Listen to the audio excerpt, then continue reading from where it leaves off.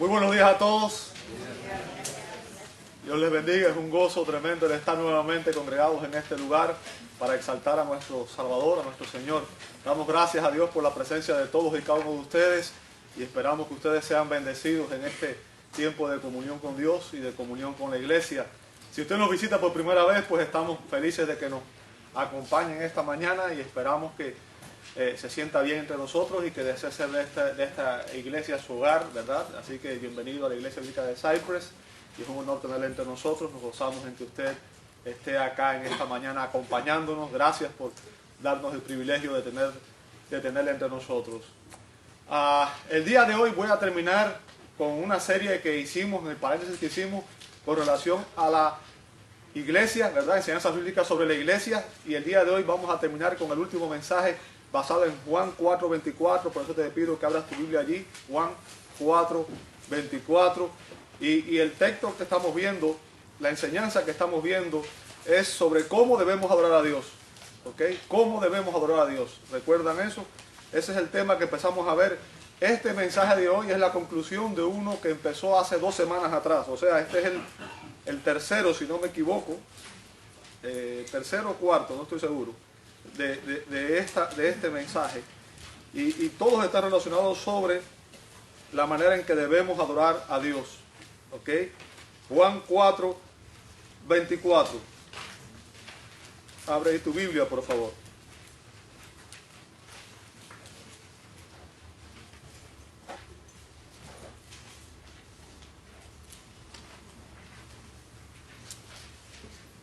¿Listos? Okay. Si tiene su Biblia abierta, le voy a pedir por favor que nos pongamos en pie una vez más y vamos a reverenciar al Dios de la palabra. Vamos a leer el texto bíblico completo antes de empezar el mensaje de hoy. Vamos a empezar en el verso 21. Perdón, en el verso 20. Dice: nuestros padres adoraron en este monte y vosotros decís que Jerusalén es el lugar donde se debe adorar. Jesús le dijo: mujer, créeme que la hora viene cuando ni en este monte ni en Jerusalén adoraré al Padre. Vosotros adoráis lo que no sabéis. Nosotros adoramos lo que sabemos, porque la salvación viene de los judíos. Mas la hora viene, y ahora es, cuando los verdaderos adoradores adorarán al Padre en espíritu y en verdad, porque también el Padre, tales adoradores buscan que le adoren. Dios es espíritu, y los que le adoran en espíritu y en verdad es necesario que le adoren. Oremos. Amado Dios, te damos gracias. Gracias por tu palabra y gracias por enseñarnos en ella la manera en que debemos adorar. Pedimos, Señor, que tú nos guíes a toda verdad, que tu Espíritu nos ilumine y que tú prepares nuestras mentes y nuestros corazones y que tengamos, Señor, una mente y un corazón receptivo, dispuesto a aprender, Señor. Cámbianos a través de tu palabra, Señor. Úsala para transformarnos y moldearnos más a la imagen de Cristo. Lo pedimos en el nombre santo de Jesús y te damos gracias. Amén, amén y amén. Pueden tomar sus asientos, amados.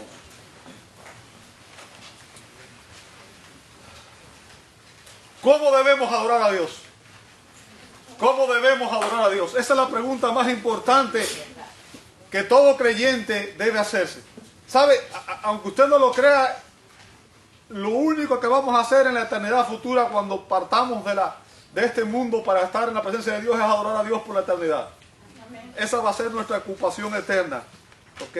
Así que la adoración es sin duda la ocupación más importante, la tarea más importante para todos los cristianos, para usted y para mí.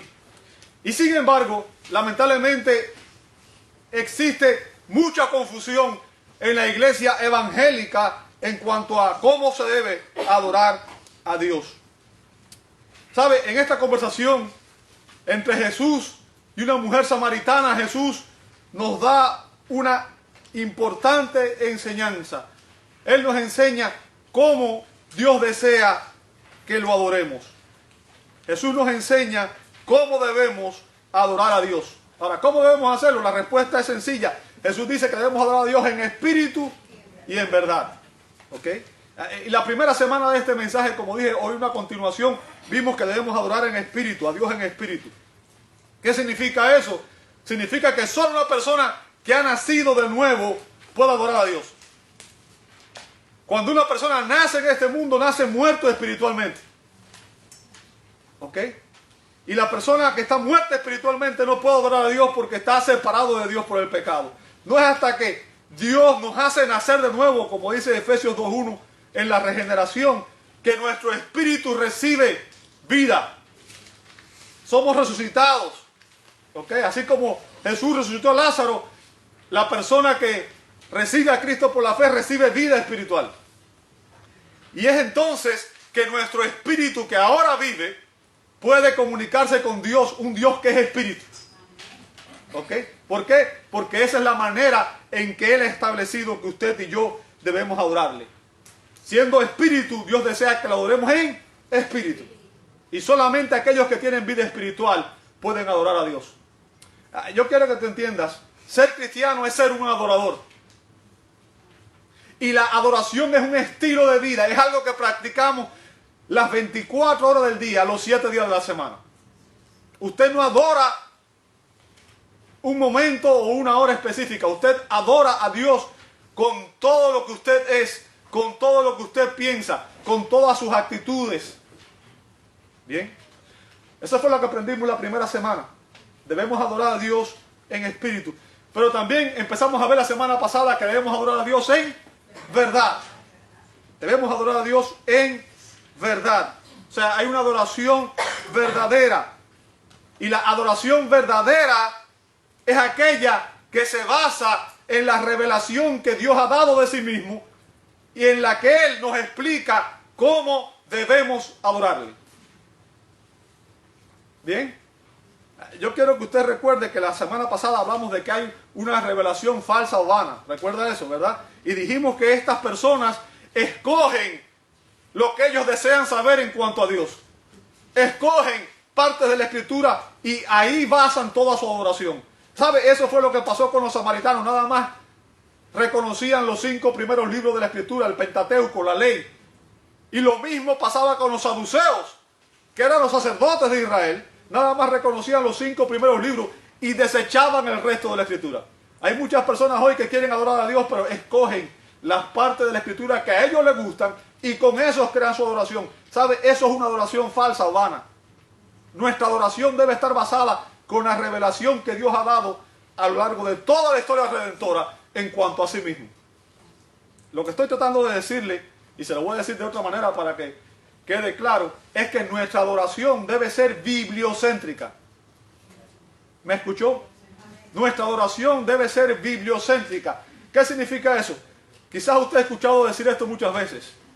La Biblia es nuestra norma de fe y conducta o práctica, ¿sí o no?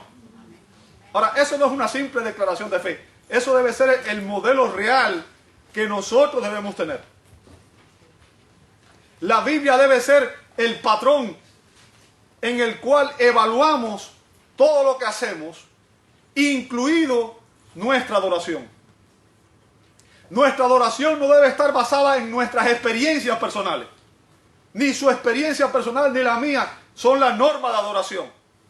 La norma de adoración es la Biblia y por tanto la adoración verdadera, la primera característica que tiene es una adoración bibliocéntrica, o sea, se basa en lo que la Biblia enseña respecto a Dios y en la manera que nosotros debemos adorarle. ¿Se entendió eso? Eso es importante que lo entendamos. ¿Ok? Ahora, la Biblia nos enseña además que nuestra adoración debe ser teocéntrica. Ya escuchó la primera, la adoración debe ser bibliocéntrica. En segundo lugar, la adoración debe ser teocéntrica. Ahora, ¿qué significa que la adoración debe ser teocéntrica? Significa que solamente Dios debe recibir nuestra adoración. Nadie más es digno de recibir nuestra adoración. Solamente Dios es digno de ser adorado. Y eso no lo digo yo, eso lo dice la Escritura. Eso lo dice, incluso Dios mismo lo mandó. Si usted ha leído el Antiguo Testamento, en Éxodo capítulo 20, se encuentran los 10 mandamientos. Bien, los 10 mandamientos. Dios dijo a través de Moisés, en Éxodo 20, capítulo 20, versos 3 al 5, dice, no tendrás otros dioses. Y ve que la palabra dioses ahí está como con minúscula, ¿verdad? Porque se refiere a dioses falsos. Bien, no tendrás otros dioses delante de mí. O sea, Dios prohíbe que adoremos a cualquier otro Dios. ¿Entiende eso? Fíjense lo que dice el verso 4. No te harás ídolo, ni semejanza alguna de lo que está arriba en los cielos, ni abajo en la tierra, ni en las aguas debajo de la tierra.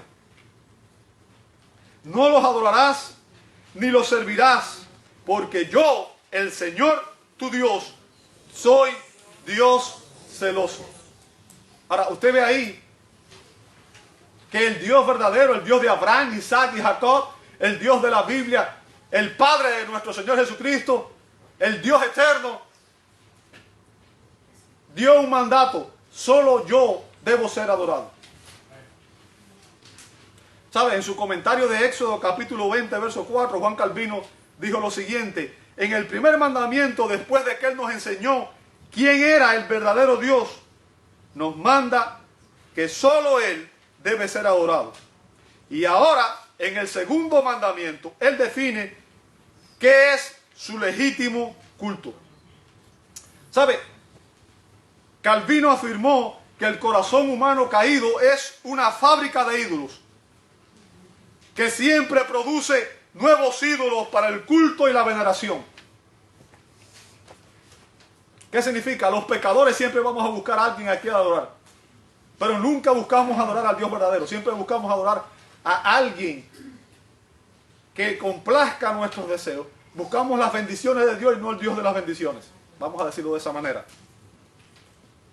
¿Ok? Recuerde que solo podremos adorar a Dios en verdad aquellos que están bajo la convicción del Espíritu Santo, aquellos que son guiados por el Espíritu Santo, después que hemos sido regenerados y hemos recibido vida espiritual.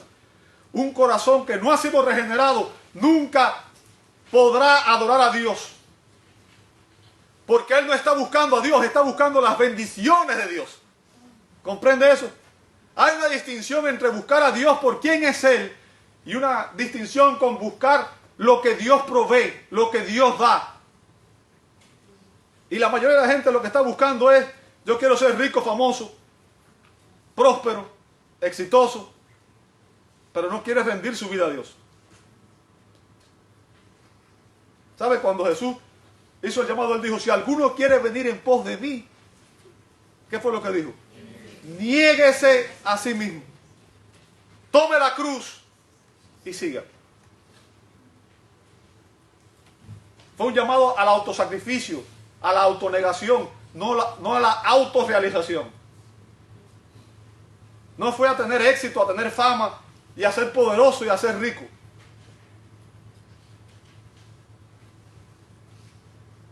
Como dijo Calvino, el corazón humano caído es una fábrica de ídolos.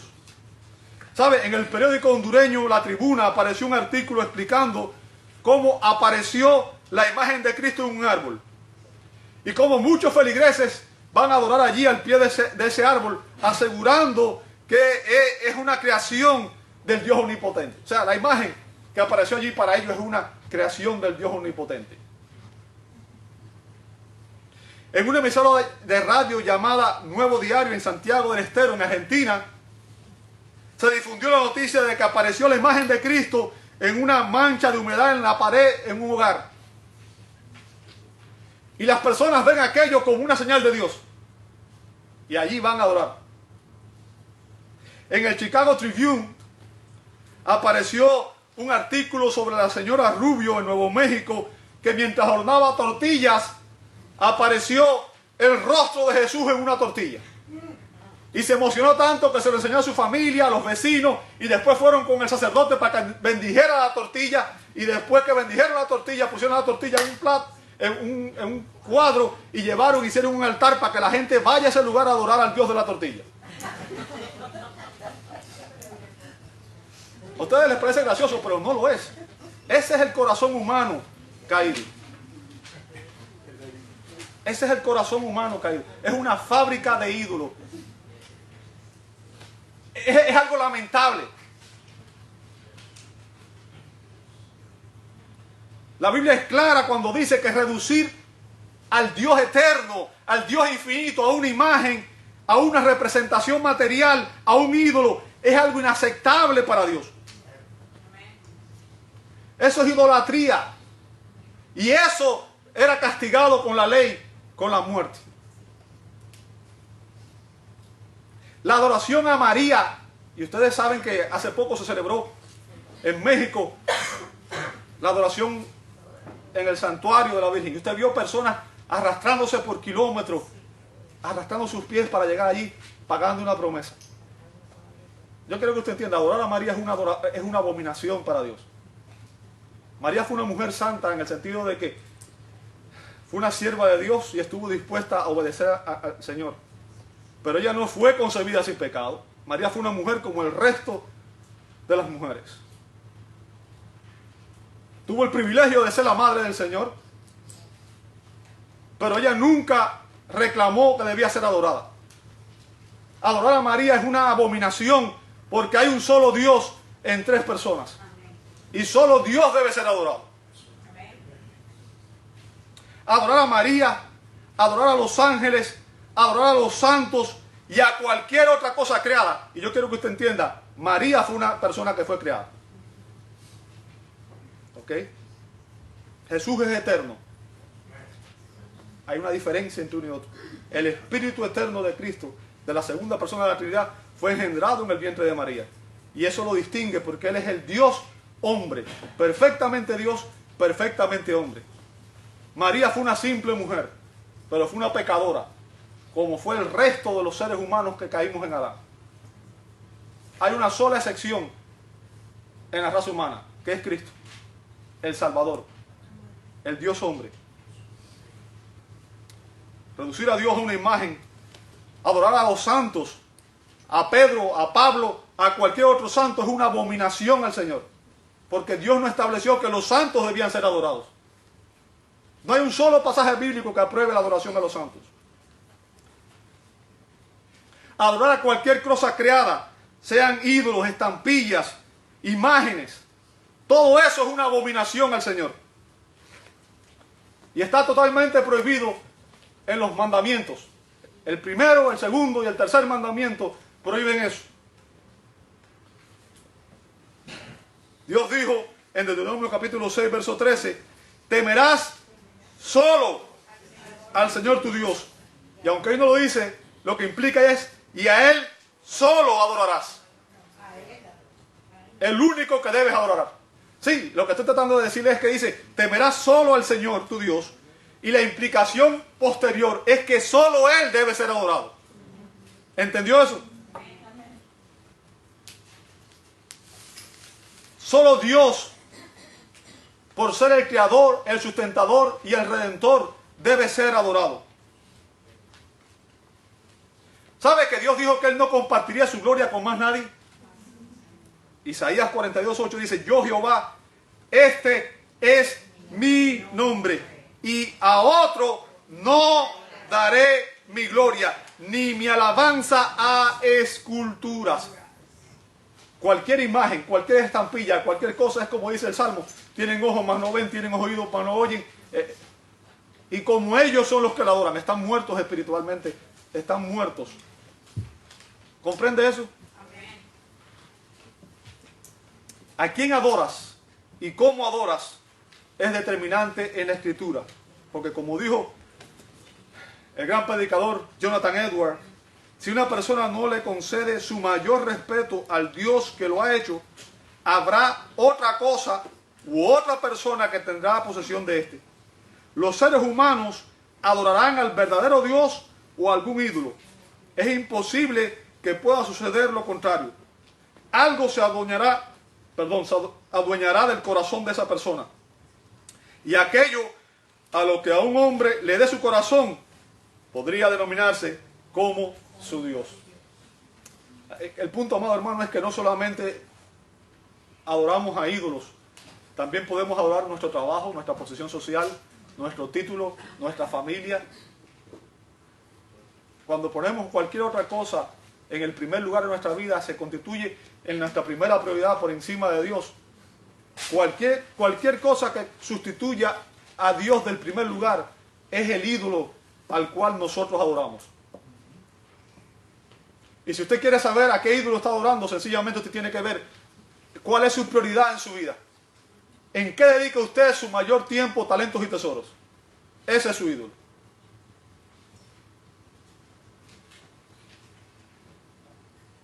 La Biblia enfatiza que existe un solo Dios. Deuteronomio capítulo 6, verso 4. No hay tres dioses. Hay un solo Dios. ¿Sabe eso, verdad? Aun cuando creemos en la doctrina trinitaria, no creemos que existen tres dioses. Hay un solo Dios vivo y verdadero. Una sola esencia divina. Pero en el seno de ese Dios único subsisten tres personas, coiguales y coeternas: el Padre, el Hijo y el Espíritu Santo.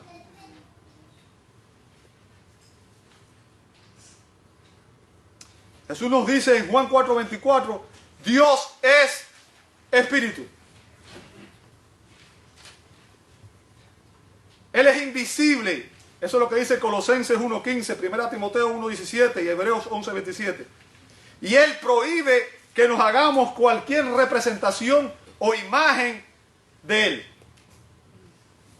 ¿Entendió eso? Debido a que Él es invisible, no hay ninguna representación visible que podamos hacer de Dios. Está prohibido. Los hombres nunca podríamos entender a un Dios invisible a menos que Él mismo se autorrevelara, a menos que Él mismo se diera a conocer. ¿Y cómo Dios lo hizo? Dios lo hizo en su revelación especial. Aun cuando la revelación general nos habla de Dios, la Biblia dice que los cielos cuentan la gloria de Dios. O sea, es suficiente el universo para darnos cuenta de que existe un Dios que creó todas estas cosas, que fue el que puso el orden, el diseño, las leyes. Pero Dios se reveló de manera especial de dos maneras. En la Escritura, ¿okay?, la palabra viva de Dios, y en Cristo, que es la palabra encarnada de Dios. Esto es conocido como la revelación especial. Bien, la revelación especial. Dios se ha dado a conocer a sí mismo a través de la Escritura y a través de Cristo, nuestro Señor y Salvador. ¿Ok? El doctor J. Montgomery Boyce afirma que adorar a Dios en verdad también significa que debemos acercarnos a Dios cristocéntricamente. ¿Escuchó eso? Hemos dicho que debemos adorarle bibliocéntricamente, teocéntricamente y cristocéntricamente. ¿Ya me siguió hasta ahí? Amén. Esto significa en Cristo, porque esta es la forma en que Dios ha establecido para que nos acerquemos a Él. Jesús mismo lo dejó muy claro cuando Él dijo a sus discípulos en Juan 14:6, yo soy el camino. Note que está en singular, un solo camino a Dios. ¿Ok? Y la verdad y la vida. Fíjense lo que dice Jesús después. Nadie viene al Padre si no es por mí. Jesús es el único mediador que hay entre Dios y los hombres. Él vino a establecer la paz entre un Dios santo y una comunidad de hombres pecadores. Y a menos que vayamos a Dios a través de Cristo, nunca podríamos tener comunión con Él. ¿Entendió eso? La salvación está en Cristo, no en la iglesia, no en un rito. Hay que creer en Él. No es solamente creer lo que Él enseñó, es creer que Él es quien dijo ser Dios el Hijo de Dios, el Salvador del mundo, el Mesías. Y que a través de Él Dios se había encarnado. Él es Emmanuel, Dios con nosotros, que vino a morir para ofrecerse como nuestro sustituto. Él es el Cordero Pascual que dio su vida en la cruz del Calvario para, a través de su sacrificio, traer redención a la raza humana. Solamente a través de Cristo podremos tener comunión con Dios. Amados, estos son los pilares de la adoración verdadera. Adorar a Dios en verdad significa que debemos adorarle de acuerdo a lo que Él ha revelado en su palabra, o sea, bibliocéntricamente. Y de la manera que Él ha establecido que lo hagamos, cristocéntricamente, a través de Cristo. Nunca tú tendrías acceso al Padre si no es a través del Hijo. ¿Entiendes eso? Cristo es la puerta que te lleva al Padre. Solo a través de esa puerta, la puerta estrecha, puedes llegar al cielo. Bien. Ahora, nuestra adoración no debe ser solamente teocéntrica. Voy al segundo punto. Nuestra adoración debe ser aceptable. Nuestra adoración debe ser aceptable. ¿Qué significa esto? Nuestra adoración debe involucrar todo nuestro ser. ¿Escuchaste eso? Hello. No se me distraigan, no se me duerman. Nuestra adoración debe involucrar todo nuestro ser. Jesús declaró en Marcos 12:30, y amarás al Señor tu Dios con ¿qué? Con todo tu corazón y con toda tu alma y con toda tu mente y con todas tus fuerzas. Este es el primer mandamiento. O sea, Dios quiere que lo amemos con todo nuestro corazón, con toda nuestra mente, con toda nuestra alma, con toda nuestra fuerza. ¿Entendió eso?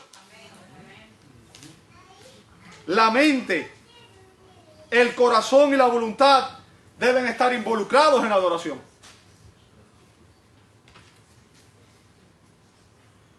Todo nuestro ser, todo yo, todo tú, debes estar involucrado a la hora de adorar. La adoración verdadera implica el compromiso de toda el alma en el acto de adoración y debe ser sincera y debe ser reverente. ¿Sabe que Dios no aceptará nada menos que eso? Dios no va a aceptar una adoración en partes. Dios espera que tú lo adores con todo tu ser, que tú le rindas todo lo que tú eres. El doctor J. Montgomery Boyce hizo una importante advertencia. Vamos a leer lo que él dijo. Muchas personas adoran en el cuerpo. ¿Qué significa esto? Bueno, esto significa que consideran que han adorado si han estado en el lugar correcto, haciendo las cosas correctas en el momento correcto. No debemos confundir la adoración con las cosas particulares que hacemos los domingos por la mañana. ¿Qué significa? La gente piensa que porque vino el domingo en la mañana, participó en el culto, cantó los himnos, ofrendó, oró, ya adoró. Pero uno puede hacer todo eso y no estar adorando.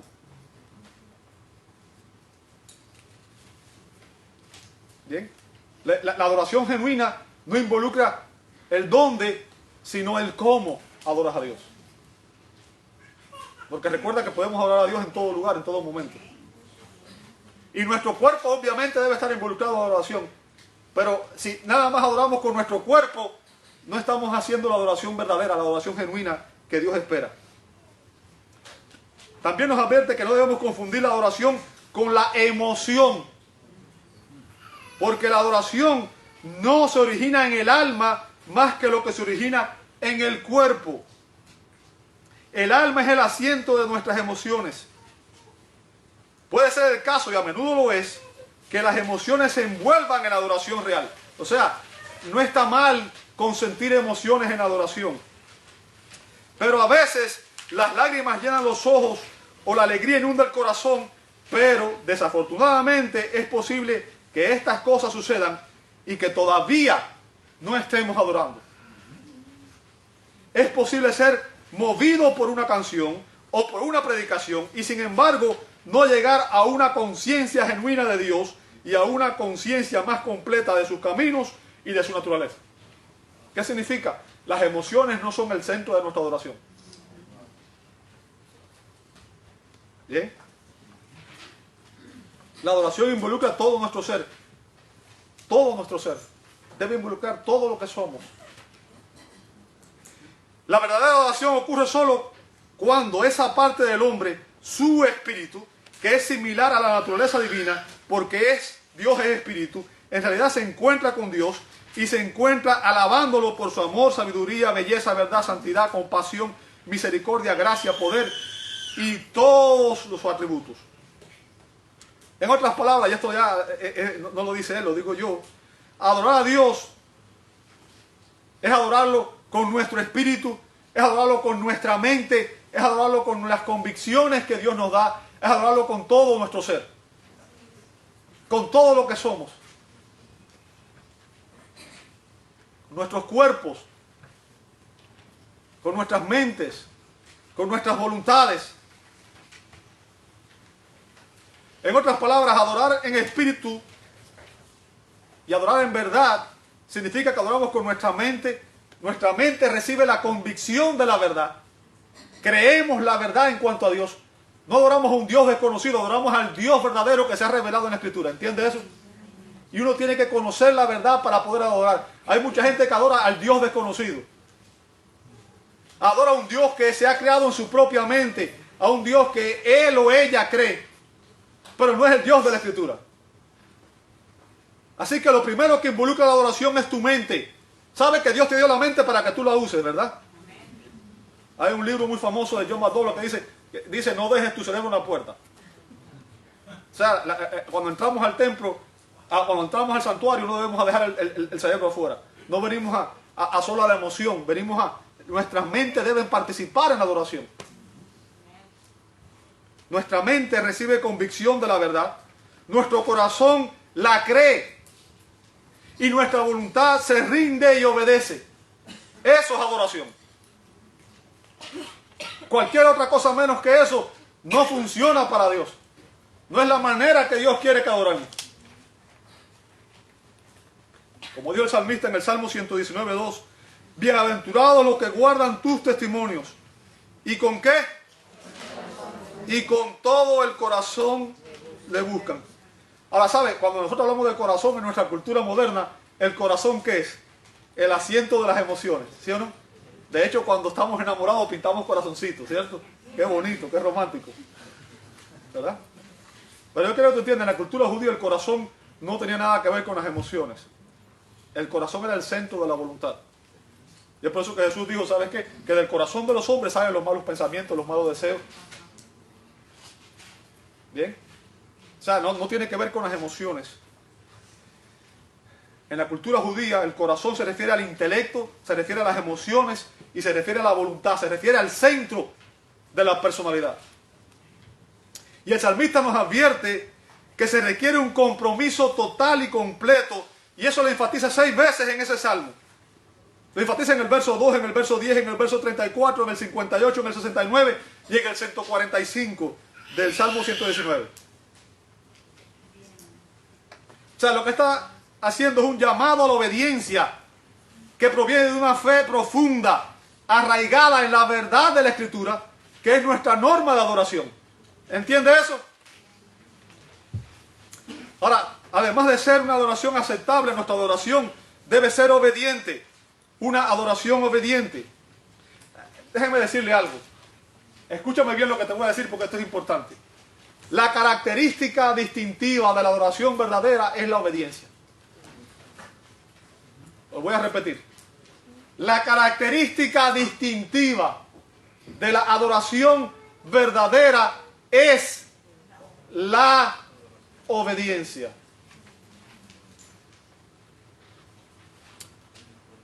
Cuando tú miras hacia atrás en la historia te vas a dar cuenta que la distinción, lo que definió a los verdaderos adoradores fue su obediencia a Dios. No que eran perfectos, no que no tuvieron pecados, pero fueron obedientes a Dios, hombres y mujeres. Les quiero compartir el testimonio de un adorador verdadero, que es conocido como el padre de la fe. ¿Quién es? Abraham. ¿Sabe? Génesis 22, 2 al 3. Dice, y Dios dijo, toma ahora tu hijo, tu único, Isaac, a quien amas, y vete a tierra de Moriah, y ofrécelo allí en holocausto sobre uno de los montes que yo te diré. Y Abraham se levantó muy de mañana, y enalbardó su asno, y tomó consigo 2 siervos suyos, y a Isaac su hijo, y cortó leña para el holocausto, y se levantó y fue al lugar que Dios le dijo. Póngase a pensar, Dios le estaba diciendo a Abraham, ¿sabes qué? Sacrifícame tu hijo, el hijo que Dios le había prometido y que él había tenido que esperar 20 años para tenerlo. Ahora, leemos esto a veces y lo leemos rápido, no nos podemos a pensar la implicación que tiene esto. Ponte por un momento en los zapatos de Abraham y piensa, ¿qué habrá sentido Abraham en ese momento cuando Dios le dijo, ¿sabes qué? Sacrifícame a tu hijo. ¿Qué hubieras hecho tú? ¿Qué hubiera hecho yo en esas circunstancias?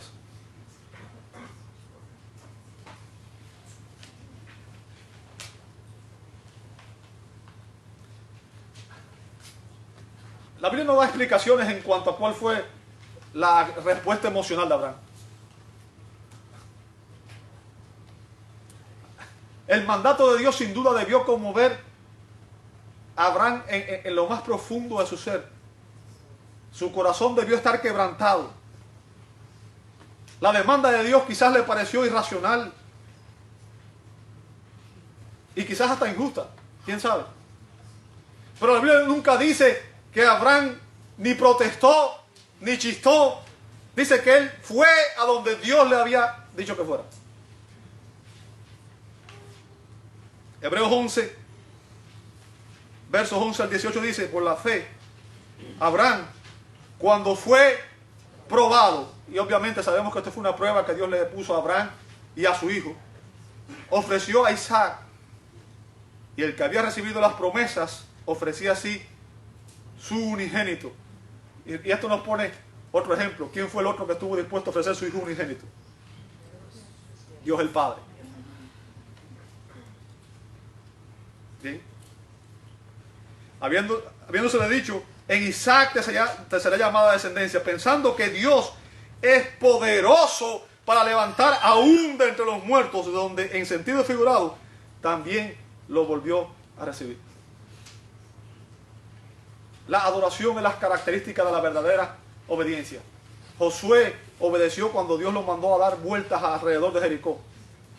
María obedeció cuando Dios la llamó a ser la madre del Señor Jesucristo, aun cuando todavía ella no estaba unida con José y podría ser acusada y podría ser muerta por eso. La adoración tiene un precio grande.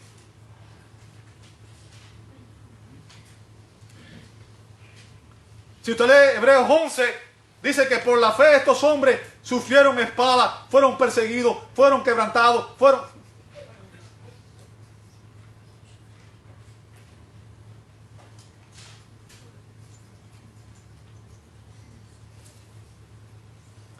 aquellos que ante la primera dificultad culpan a Dios, atacan a Dios y se apartan de Dios, demuestran que nunca han sido verdaderos adoradores. No son adoradores genuinos. Es más, que la verdadera adoración se evidencia en tiempos de prueba. Es muy fácil decir yo soy cristiano cuando todo está bien. Cuando vale la pena decir yo soy cristiano es cuando estás en prueba. ¿Sabes? Eso fue lo que hizo Job. Cuando le dijeron, tus hijos murieron, tu casa se cayó, perdiste todo lo que tenías. Dice en Job 1:20 que Job se tiró a tierra y adoró a Dios. Y dijo, desnudo salí del vientre de mi madre, desnudo volveré, sea el nombre de Jehová bendito. Cuando Pablo y Silas fueron encarcelados, torturados, puestos en un cepo en el calabozo más adentro, ellos no se quejaron, no. Ellos cantaron himnos a Dios y adoraron a Dios en el medio de esas circunstancias. La verdadera adoración es obediente, obediente a la palabra de Dios.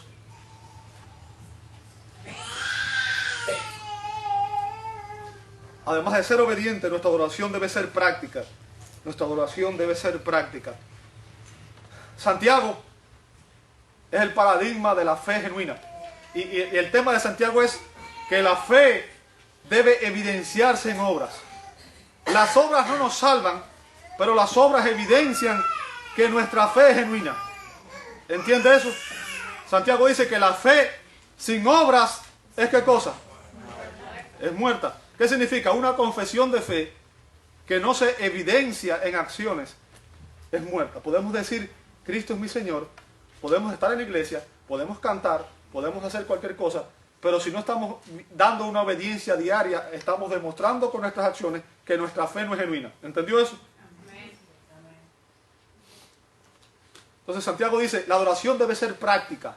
La obediencia debe demostrarse de una manera práctica. Santiago 1.27 dice, la religión pura, o sea, que no es hipócrita y sin mácula delante de Dios el Padre, es esta: visitar a los huérfanos y a las viudas en sus tribulaciones y guardarse sin mancha del mundo. ¿Lo veis? O sea, lo que está diciendo es que la adoración verdadera se mide por un amor compasivo. Un amor compasivo. ¿A qué se refiere esto? ¿Sabe? Bueno, vivimos una cultura diferente, pero aún así los huérfanos y las viudas son un segmento de la población especialmente necesitado. ¿Por qué? Porque generalmente son los más afectados económicamente. ¿Sí o no? Dentro de la iglesia, generalmente las viudas y los huérfanos son los que tienen menos recursos materiales. Y es por eso que ellos son los que necesitan mayor atención. Este verso en Hechos 6, versos 1 al 6 y en 1 Timoteo 5:3. Generalmente estas personas no pueden corresponder, no tienen nada que dar. Al contrario, necesitan que le den. ¿Sí o no? El doctor John MacArthur en su exposición de este pasaje afirmó: adorar es compartir con otros. Compartir con otros que amas. Compartir con otros el evangelio. Compartir con otros tus recursos. Eso es adoración. ¿Lo entendiste? Eso es adoración. Eso exalta a Dios. Eso honra a Dios. Eso glorifica a Dios, porque lo muestra a través de tu vida y muestra que eres obediente a Él. Y muestras que amas lo que Él ama. Amas a los santos. Amas a los perdidos y amas a los necesitados de una manera especial. Eso es adoración.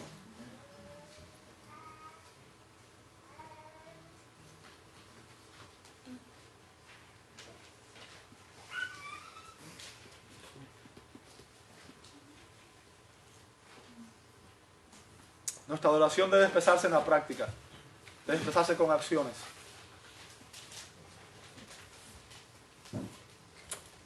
Jesús nos dio un mandato que es muy importante y que a veces olvidamos. En Juan 13:35. Jesús dijo: en esto conocerán todos que son mis discípulos, si tuvieres amor los unos por los otros. Este es el nuevo mandamiento que Jesús da. Dice: amaos unos a otros así como yo lo he amado. ¿Verdad? Jesús nos manda a amarnos. Lo que está diciendo es que el amor cristiano tiene un modelo de amor, un amor sacrificial, el amor sacrificial de Cristo. Cristo dio su vida por nosotros. Nosotros debemos estar dispuestos a dar nuestras vidas por nuestros hermanos. Debemos demostrarlo en la manera en que los amamos. ¿Ok? Y ese tipo de amor debe expresarse en primer lugar en medio de la comunidad cristiana. O sea, debemos amar a nuestros hermanos en Cristo. Debemos amar a las personas que están con nosotros porque son nuestra familia. Esta es tu familia de fe extendida. ¿Entiendes eso? Nosotros vamos a pasar la eternidad juntos.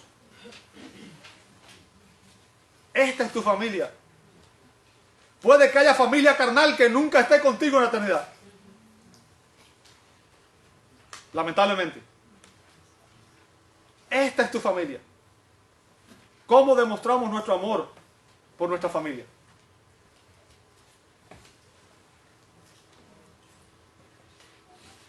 ¿Sabe? El segundo mandamiento que Dios dio es: amarás a tu prójimo ¿cómo? Como a ti mismo. Wow. Como a ti mismo. Amarás a tu prójimo como a ti mismo.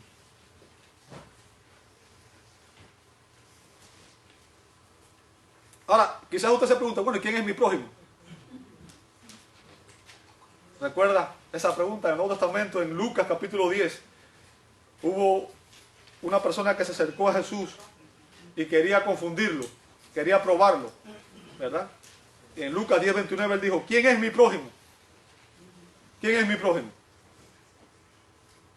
Y Jesús le dio la enseñanza del buen samaritano, que la enseñanza del buen samaritano no tiene nada que ver con el hecho de que debemos darle a otro. Ese no es el centro de la enseñanza. El centro de la enseñanza viene en que nadie actúa como el buen samaritano, ni tú ni yo. ¿Quién de nosotros se quita todo lo que tiene para dárselo a los demás?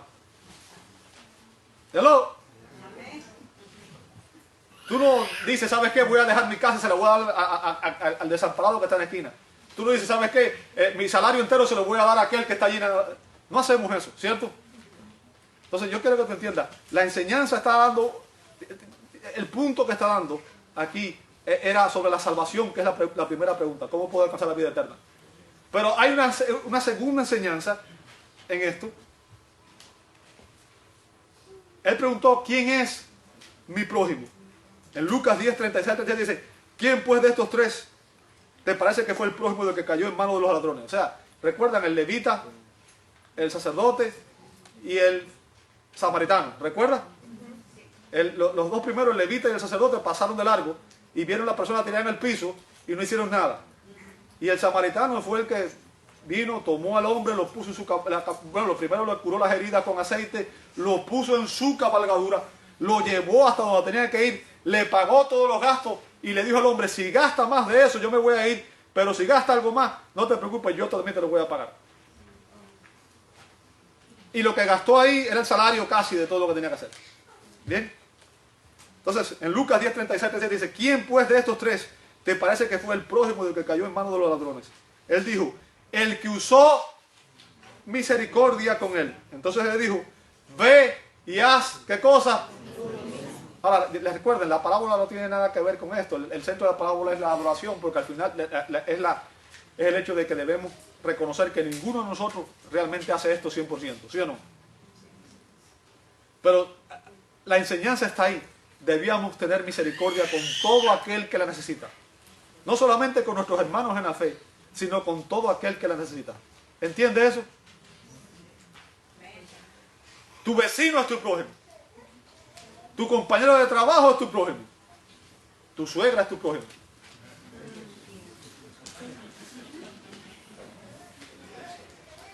¿Por qué todo el mundo se ríe cuando habla de la suegra?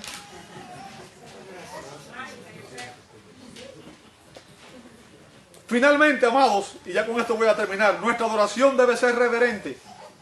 1 Corintios 14:40, pero que todo se haga como decentemente y con orden. ¿Sabe? Yo he entrado a algunos servicios y ha sido cualquier cosa menos reverente. He entrado a algunos servicios donde la gente está de pie cantando, saltando, diciendo cosas y todo el mundo hablando al mismo tiempo, brincando, y una gente sale corriendo para aquí, para atrás y viene para acá, y otro empieza a gritar y otro empieza a chillar.